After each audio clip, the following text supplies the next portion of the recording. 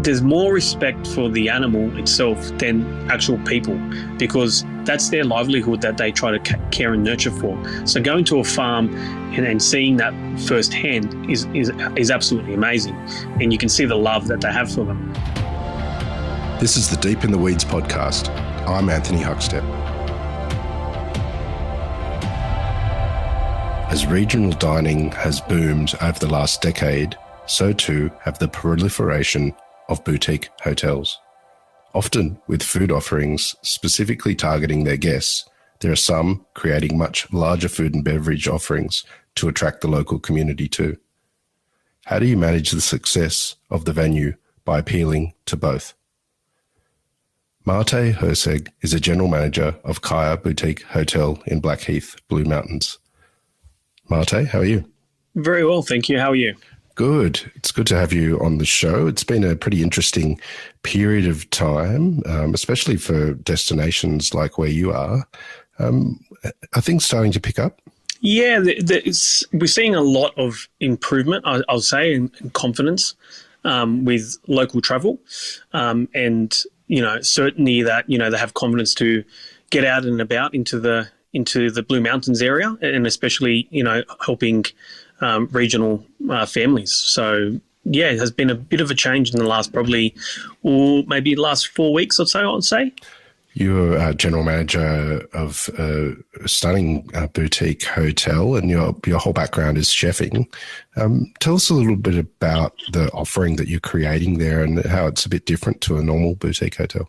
Yeah, so I guess how we all started this journey with Kyah was there was an old rundown motel in Blackheath, and the new owners saw an opportunity. They loved the sort of the feel of an old motel, and they've converted this into something beautifully appointed.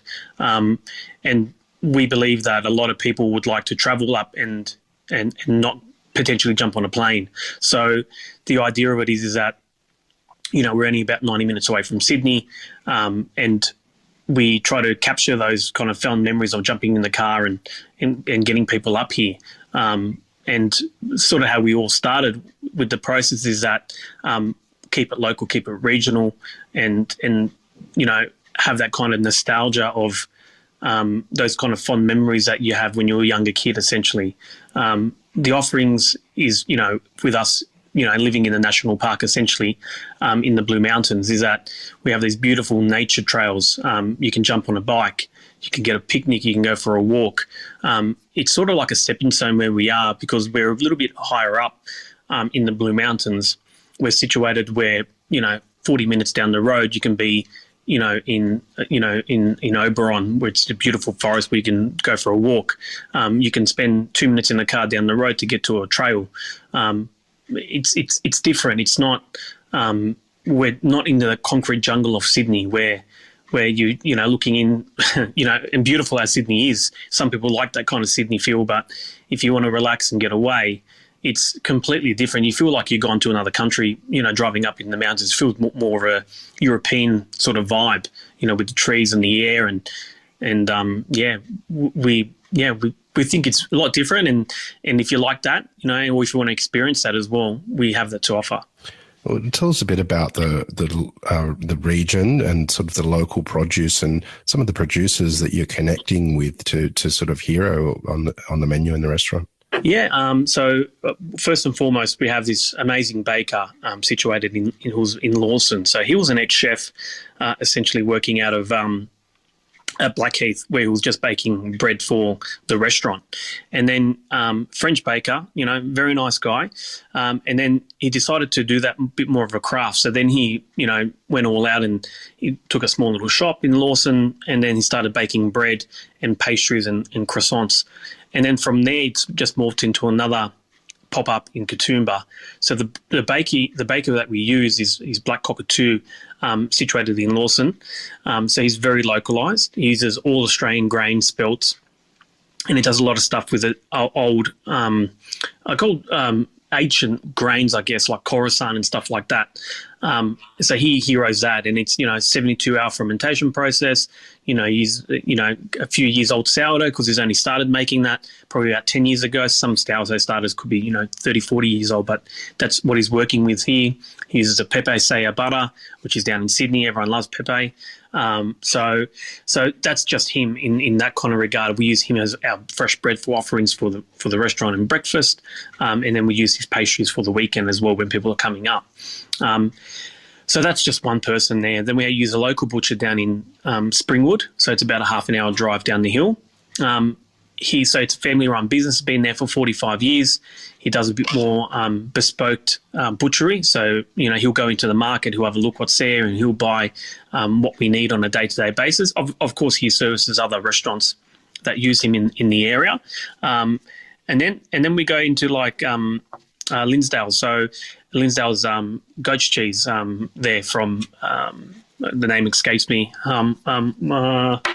I'll get back to me. So sorry, the name escapes me, but Linsdale goat's cheese.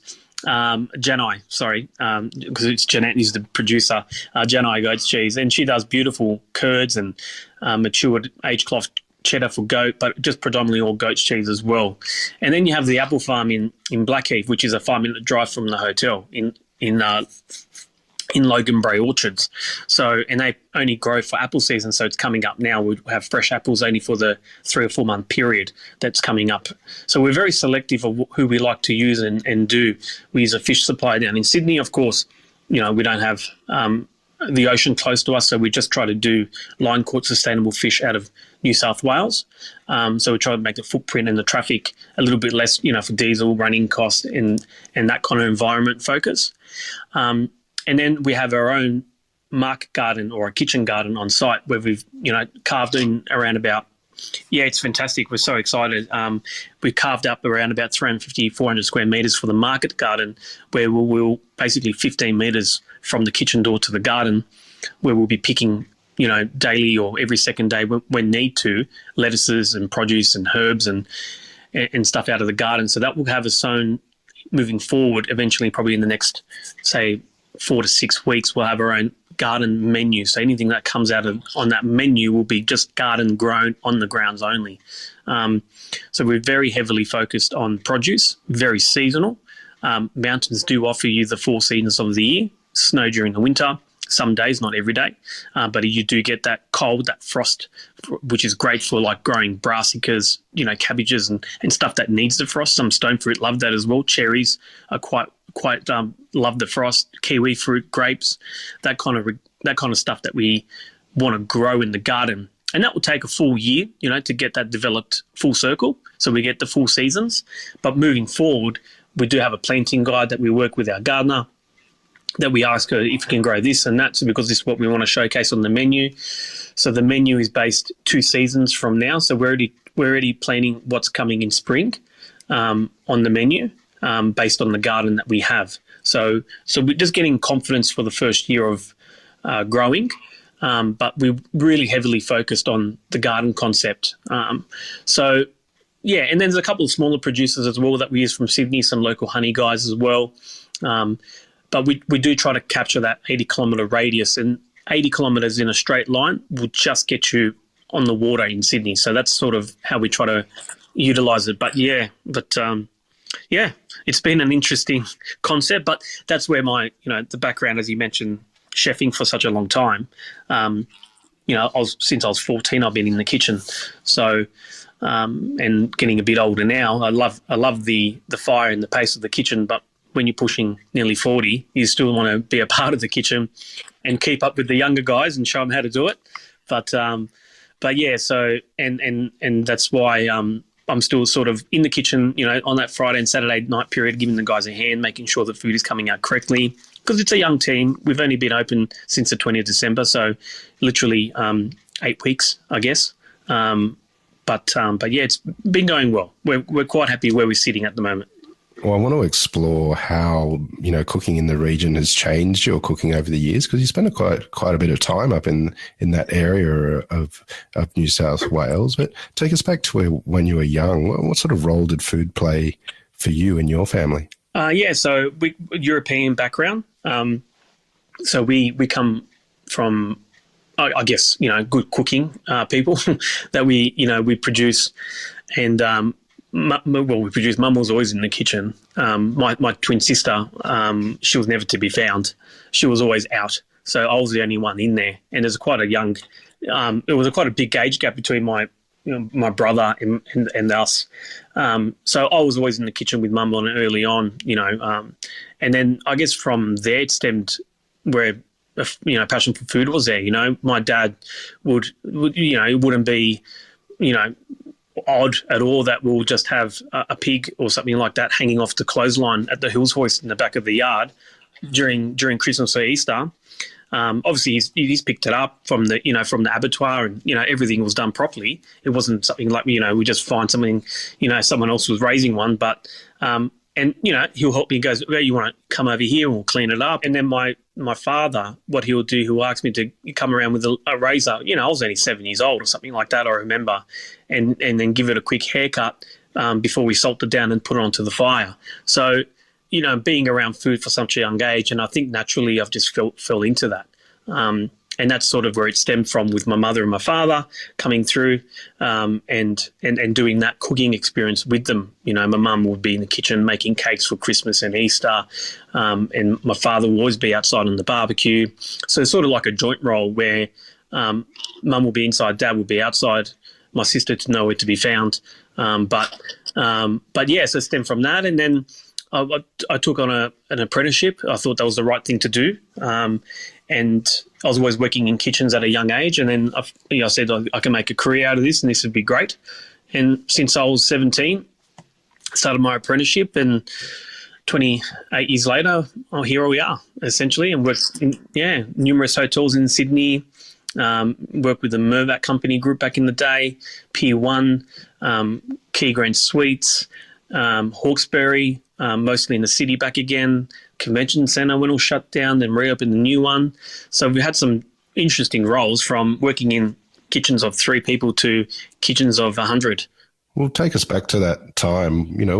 What were the real sort of influences early on in your career as you sort of had those different experiences with the different hotel groups? Yeah, so I think it's always about the people. I was, depending on who you were working with, the kitchen, a couple of people sort of shaped me and experienced me, and you get, you develop a bond between these people, like a working relationship, which is great. And kitchens are such a small area to work in, and you treat them like family, like an extended part of your family. So when someone's showing you something and making you learn, it just gives you more passion, So for anyone trying to get into the industry at a young age or an older age, it doesn't matter what it is in the industry. It could be, from a plumber to a lawyer to a chef. As long as you have the passion and you want to do it, you'll make a success of it. So it's very important, I think, to figure that out as well. And having guidance and like a mentoring is critical for development. So two of those ex-chefs, I say ex-chefs because they've finished cooking now, but helped nature me into what I'm doing today. And I still have a passion for food, and I think I always will. Every day we're always learning something different, which is amazing. Was there a moment that you can tell us about in your career where you realised you really got a handle of chefing and felt sort of confident in your own voice on the plate? I would say probably when I was my first sous chef role. Working as a section leader or as a chef de partie, there's always someone above you, pulling the strings and telling you how they want things. And when I finished up, when I was about 24, and that was a couple of years after my apprenticeship was finished, and then I moved into a sous chef role, so second in charge, and I went to the Hawkesbury. And that's when you have a kitchen brigade underneath you. You have another person like a head chef or an exec chef, but you're pretty much in a joint role together because there's not really a hierarchy there, because he needs you and you need him essentially for that top tier position. So developing your own team, developing menus from start, training the guys. I think that breaking or that turning point for me was saying, yeah, this is amazing, let's do it, was about when I was about 24. You've been in the Blue Mountains for a period of time now. Tell us about what led to the move there and what sort of impact it had on you. So it was an interesting one. I saw a role going for the new Hydro Majestic, and it didn't have much detail saying apply now. So I just jump on the website, apply, send my CV, and then send it off. And it was down to a couple of days later, I get this email saying, and it was very straightforward. And I didn't look at it just says Group General Manager, Escarpment Group. It doesn't have a name. And it was just so, in the email reads, so you want to work for me again? ? And I'm like, who is this person here? And then I read the email a bit more down, and it was my old GM from when I was 17 years old, back in the Mirvac property day in Parramatta. And we've worked with each other back and forth in numerous hotels back in the day, but I didn't know he moved up there. So we did the interview process, which was very quick. And then I started at Lilienfeld's. So I was at Lilienfeld's for about 6 months in May 2014 it was. And then they were having the hydro getting going, and they had some personnel issues. So about a month before the grand opening, they asked me to go to the Hydro Majestic and do the opening for them. But this is only 4 weeks prior to the opening. So I'm like, oh, wow, this is interesting. So I was between Lilienfels, which is a great flagship, hotel in the Blue Mountains, and trying to open up the Hydro Majestic. Hasn't been opened up in 10 years since it was last open, with a $140 million refurb, and trying to open that while running the other hotel, their flagship, but then trying to open the new sister property, 8 Ks up the road. So it was quite interesting time, working long hours and trying to develop a team there. And then after that, when I got the head chef role, he said, this is great. I'll move up the family. I had a young family at the time and just a daughter and my wife, and we were living down in Sydney, and then we moved up the mountain. So haven't looked back, and that was, May of 2014. So it's been a great move. My kids go to school here. Both of them now have 2 daughters. They both go to school. They're both enjoying mountain life. They've got a great backyard, because that sort of brings memories back to me when we were living up. We had a massive yard, play the soccer, have the bikes, street lights would come on. We still wasn't home. It was nice. It was like a beautiful childhood. It was great. And everyone's enjoying life. So, yeah. The Hydro Majestic is a renowned venue in Australia's history. Tell us, do you have any stories from that time and what it was like, head chef of such an important venue? Yeah, so obviously it was a big thing to do, the reopening. We had a couple of state leaders coming up to do the reopening, and 24th of October 2014 it was when we opened. We had a high tea there. Everything went quite well. And then we're thinking, okay, so what's the next step? We've done the grand opening, we'll open for high tea, and then trying to find our feet of how we're going to position ourselves in the market and how we're going to be different. So obviously high teas is very big. We have the beautiful Winter Garden. It was up there overlooking the Megalong Valley. And then working through that. So, and then just opening up stages by stages. And then try to figure out how many people we need for the team. And then we had some staffing issues, and we had to look elsewhere. And it was just back and forth for about the first 6 months to a year until we really established ourselves.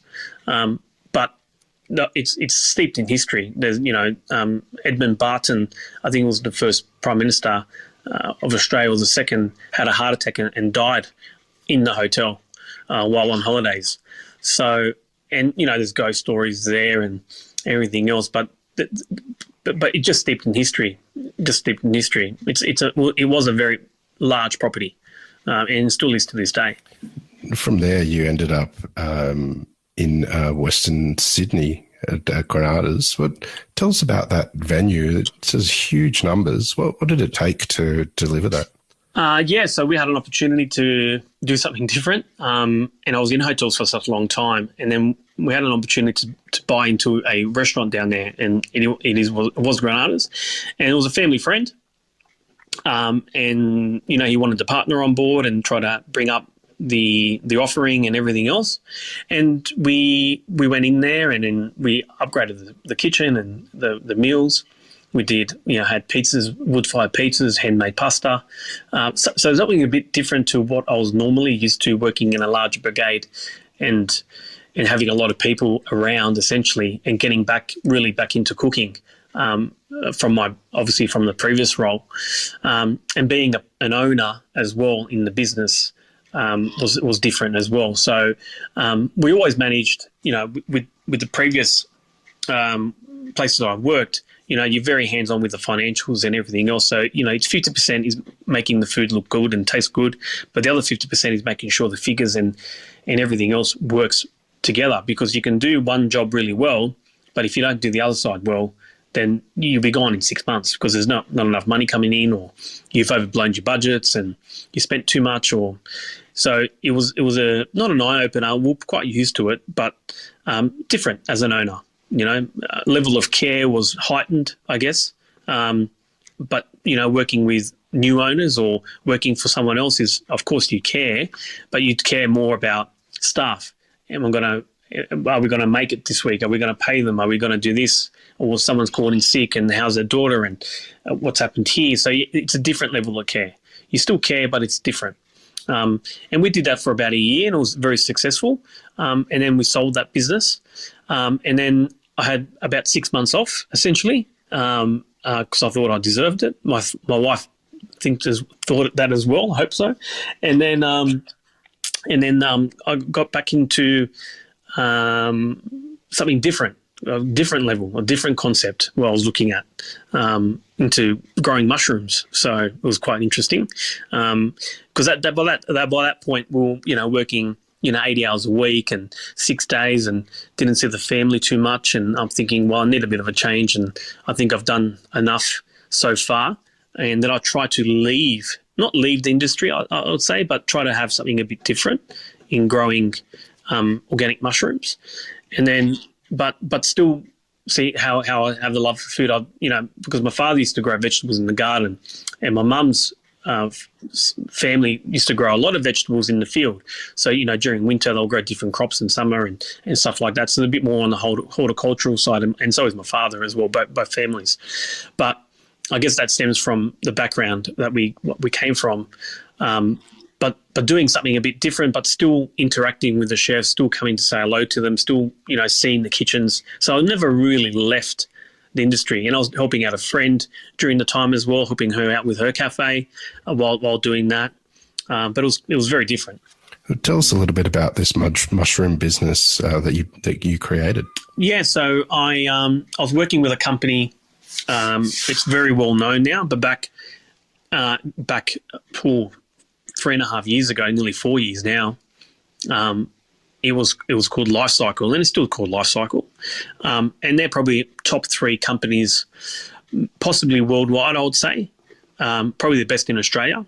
And Life Cycle were 2 guys that started the business, and they had a love for mushrooms and sort of medicinal or, traditional medicine, essentially. And they looked at how mushrooms benefit people and how they can help people. So they came up with a brand called Life Cycle. They started helping young people that have a passion for growing but not too sure how to grow mushrooms. And they sort of took me underneath their wing, essentially, as, showing me how the ins and outs of mushroom growing, how to set up a little mushroom farm, how to grow them, what kind of temperatures, what kind of humidity, how much light per day, what kind of grain spawn it starts from, and stuff like that, which I really, really enjoyed. And then I have a deeper understanding of how things can grow, essentially, because mushrooms are quite fast. As soon as they go into the room, it's about anywhere between 14 to 28 days they're ready to harvest. So very fast, faster than lettuce, depending on, from seed to start, essentially. But yeah, we're growing oyster mushrooms predominantly, and then we're dipping into some of the medicinal for health purposes, not, psychedelic, but, like lion's mane and reishi and cordyceps as well. And that helps, stimulate growth patterns and brain receptors, and great for back pain, injury and circulation. So it was quite different. You've been cooking in the Blue Mountains region now for for quite some time. Tell us a little bit about your cooking and has it changed living in that environment? I would say so, yes. With my food that we try to produce and how I always like to produce food, it's essentially about the produce itself. I'm a very, I guess, simplistic, I would say. Getting a great piece of protein and then putting it with a piece of great produce itself, essentially. So I always, when we were growing up, especially in the house, very simple cooking. If my mother will put on a roast chicken, she'll put on a beautiful roast chicken. It'll be beautiful. Great potatoes, the best you can get, carrots, turnips and stuff like that. And that sort of stems from me where when we do our cooking here in the hotel or when I was working past as well, we try to get the best possible produce we can. So, and especially buy it in season. So you buy that in seasonally, like during the winter, you won't find tomatoes on the menu here. There's no way. You'll find apples, but you won't find tomatoes because they're no good during the winter because, they're grown in glass houses and this. You can buy them all year round. It's definitely, and the price is pretty stable, but we will only have tomatoes in the hot seasons. So I'm very selective in how we produce, but over the years, I don't think much has changed on the way we respect and cook with the food. I think the food that we plate up and how it looks definitely has changed. That's for sure. Looking past on old photos where we're thinking, oh wow, look at that, and you look at it today, I'm like, oh wow, I used to plate up that. So if you go to the website at the Kyah website, you'll see a couple of shots of the foods. And if we did something like that 20 years ago, that would be like, on the forefront, like cutting edge, So I think the food, how things are plated up and how people perceive it, I think the perception of food has changed dramatically in the last 10 years. I think that's to do with a lot of cooking shows and stuff like that has been on TV where everyone is, a home expert, I suppose, and people like what they eat. So, some people like to have simple food, some people like to have all out. So it depends on the person itself as well. But our food that we do and what we produced over the years, I always call it, humbling. It's very, moreish. We just always want to be a little bit more. And, we don't get it right all the time.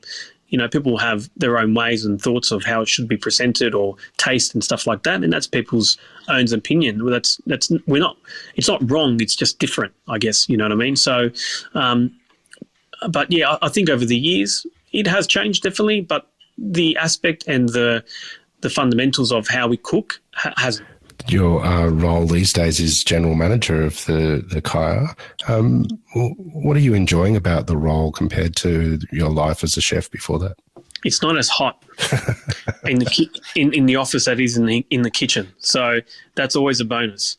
I do miss the cold winter days where the kitchen's really warm, and that's awesome. You come into a beautiful warm kitchen and everyone's cold outside, but it's interacting with guests more. I have been interacting with guests for a long time, but it's more personal because you greet them, you see them in the public areas outside, and you have a chat with them and ask them how their day. While you're in the kitchen, you're just more focused about the team members around you. So in that kind of way of looking at it, you're still interacting with people, but it's in a different level. So it's a bit more personalised. So when the guests have an issue, you go to their room, you ask them if you need to step away from the desk, and interacting with all the other people around us as well. So like the gardeners, the maintenance guys, housekeeping, the other staff members, because in the kitchen you can get away with a lot of things, like a little bit more extra banter and stuff like that. And people that do appreciate that. But when you're outside in the guest eye, you got to tone down a little bit and be a little bit more, thoughtful, I guess. But the role has been quite interesting. Learning new skills has been amazing. Talking to the designers, our graphic guys, our PR team, understanding what their language is as well and their lingo, and working with different suppliers more directly as well. So it has been a great change, and the opportunity has been amazing. And just the background of F&B. So if I know what's going in the kitchen and I'm confident in the kitchen, that's 50% of our hotel that I have confidence in. The other 50%, I need to understand a bit more. So then we have people around us, like my rooms division manager, our operations manager, that we liaise every day, and they give me confidence to do what I need to do because I have confidence in them. You've become a real voice of the region on the plate and integral in the connection with lots of local growers. What do you love about what you do? Oh, look, if I can go down to a farm and it's local and I can see the goats, and she has so much respect, like for just argument's sake for Jeanette, she calls the goats over there like all little children come past to see grandma, and just, they all come up to the gate and they just love her. Like, that interaction for me is amazing because I can see there's love and care and respect as a farmer or as a producer. A lot of people, have a bit of flack because, this guy raises sheep and then he kills them, or this has chickens and, then he take them because of the eggs. There's more respect for the animal itself than actual people, because that's their livelihood that they try to care and nurture for. So going to a farm and seeing that firsthand is absolutely amazing, and you can see the love that they have for them. Going to the apple farm where they can, it's all about the soil. It's not about the tree. The soil produces the tree that produces their crop. So they have more, in-depth knowledge about the soil, what they produce, because if the soil's no good, they're not going to get a good crop. So sort of we take that kind of aspect when we look at that with the producers that we work, and we try to put that into our farm and into our culture that we're trying to build here. So what we try to do is build a great foundation for it, like our garden moving forward. And then if we have the best amazing soil in Australia, we can produce anything that we want. It's like a byproduct of the soil. So that's the hero, and whatever comes out of the ground after is the produce, as essentially like a byproduct, right? But we're using that, and that produce that we produce is amazing. So if I can take that from the producers, what we see and hear from them, and just reciprocate that into our areas or into the hotel, we're winning. We won't lose in that kind of respect. It's amazing when you speak to people, even like Black Cockatoo, the guys, how they knead the bread and ferment it, and they won't do this way because it cuts an hour off that. It's just they're making bread, but you can see how they do it, get their hands into it. It's all not commercial. It's all old school, mechanical. Get your hands in there, knead it, dough it, raise it, let it sit for 3 days. Then you can cook it, not beforehand. It's just amazing, and it's great. I've really learnt so much in the last couple of years, especially in the last 6 months being on board here, and just going out and just meeting them. Well, Mate, it's amazing what you're building there, and look forward to seeing it really blossom as the year progresses. We've loved having you on Deep in the Weeds today to hear your story. Please keep in touch and we'll catch up again soon. Thank you so much. I really appreciate the time. This is the Deep in the Weeds podcast. I'm Anthony Huckstep. Stay tuned as we take a deep dive into the lives of the incredible people who ply their trade in the food and hospitality sector. Special thanks to executive producer Rob Locke for making this all happen. Follow us on Instagram at Deep in the Weeds Podcast, or email us at podcast@deepintheweeds.com.au. Stay safe and be well.